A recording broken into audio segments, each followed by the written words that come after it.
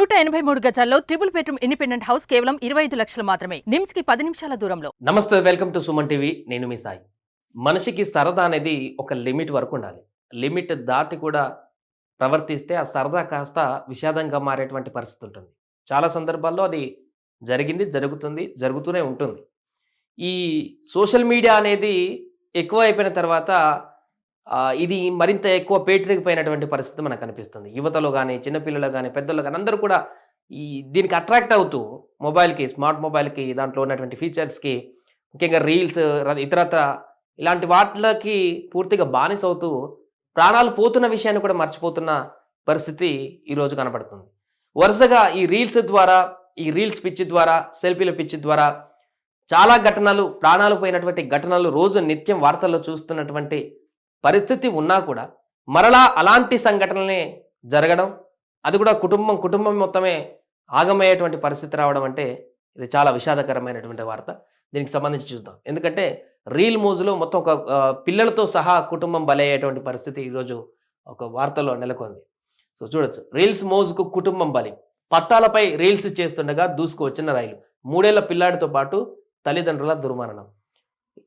ఈ వీళ్ళకి ఏం చెప్పాలి చెప్పండి? ఇంకా ఆళ్ళు పిల్లలు కాదు, టీనేజర్స్ కాదు, లేకుంటే కాలేజీలో ఉన్నటువంటి యువకులు కూడా కాదు.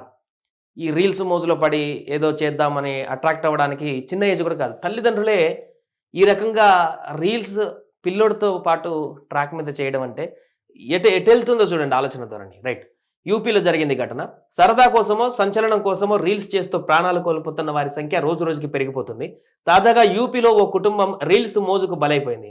రైలు పట్టాలపై రీల్స్ చేస్తున్న ఓ వ్యక్తి నిర్లక్ష్యానికి అతని భార్య, 3 ఏళ్ల కుమారుడు దుర్మరణం పాలయ్యాడు. రీల్స్ చేస్తుండగానే పట్టాలపై రైలు దూసుకురావడంతో ఈ దుర్ఘటన జరిగింది. ఉమారియా గ్రామ సమీపంలో బుధవారం ఈ ఘటన చోటు చేసుకుంది. మృతులను సీతాపూర్ జిల్లాకు చెందిన మొహమ్మద్ అహ్మద్, అతని భార్య నజ్నీన్, వారి 3 ఏళ్ల కుమారుడు అబ్దుల్గా పోలీసులు గుర్తించారు. పక్కన భార్య ఉంది, చిన్న చంటి పిల్లోడు ఉన్నాడు, 3 సంవత్సరాల పిల్లోడు. స్టేషన్లో, రైల్వే స్టేషన్లో వాళ్ళు ఉన్నారు. ప్రయాణం కోసం వచ్చారు, ఎటు వెళ్దామని వచ్చారో తెలియదు. అలాంటి సందర్భంలో కుటుంబ పెద్దగా ఆ వ్యక్తి వారిద్దరిని కాపాడుతూ తాను ముందుకు తీసుకువెళ్ళేటువంటి బాధ్యతాయుతమైనటువంటి స్థానంలో ఉన్నటువంటి ఆ తండ్రి పట్టాల మీదకి ఎక్కి భార్యను, పిల్లోడిని తీసుకొని వెళ్ళి రీల్స్ చేసేటువంటి ఆ ఆలోచన వచ్చిందంటే అర్థం చేసుకోండి. రీల్స్ అనేది ఒక మనిషికి ఏ రకంగా వ్యసనానికి దారితీస్తుంది అనేటువంటి విషయాన్ని, అంటే తనున్నటువంటి బాధ్యతలను కూడా గుర్తెరగనటువంటి విధంగా దీని ఎఫెక్ట్ అనేది మనిషి బ్రెయిన్లో పడుతుంది.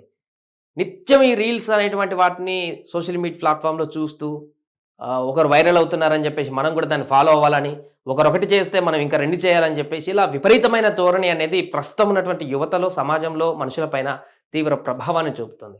ఇలాంటి సందర్భంలోనే టిక్ టాక్ పైన మన దేశం బ్యాన్ చేసింది. అప్పుడు విపరీతమైనటువంటి పోకడలకు పోతున్నారని. కానీ దాని స్థానంలో వేరే ఒక యాప్లని, వేరే ఒక ప్లాట్ఫామ్లని వస్తూ ఇలా వాటికి బలైపోతున్నటువంటి సందర్భాలు. బట్ దీనివల్ల కొంత మంచి కూడా జరిగింది. చాలామంది ఫేమస్ అయ్యారు. ఇలాంటి రీల్స్ చేయడం వల్ల వారి యొక్క టాలెంట్ని చూపించుకున్నారు. దాని ద్వారా వారి యొక్క లైఫ్ స్టైల్ని కూడా మార్చుకున్నారు.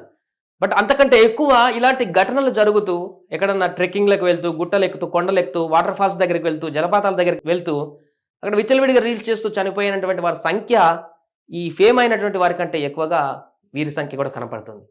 కాబట్టి ఇలాంటి ఘటనలు జరగకుండా ఉండాలంటే ఒకటి, ప్రభుత్వమైన మరలా టిక్ టాక్ లాంటి చర్యలు తీసుకోవాలి.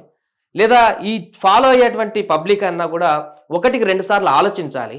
చేస్తున్నాం, సరదా కోసం చేస్తున్నా కూడా దానికి ఒక లిమిట్ అనేది పెట్టుకోవాలి. అది ఎంత దూరం వెళ్తుంది ఏంటనేది కూడా పూర్తిగా చూసుకొని చేయాల్సినటువంటి బాధ్యత వారిపైనే ఉండాలి. అలా అయితేనే ఇలాంటి ఘటనలు జరగకుండా భవిష్యత్తులోనైనా మనం కాపాడుకోగలం. సుమన్ టీవీలో మీ పర్సనల్ అండ్ బిజినెస్ ప్రమోషన్స్ కోసం కింది నెంబర్కి కాంటాక్ట్ చేయండి.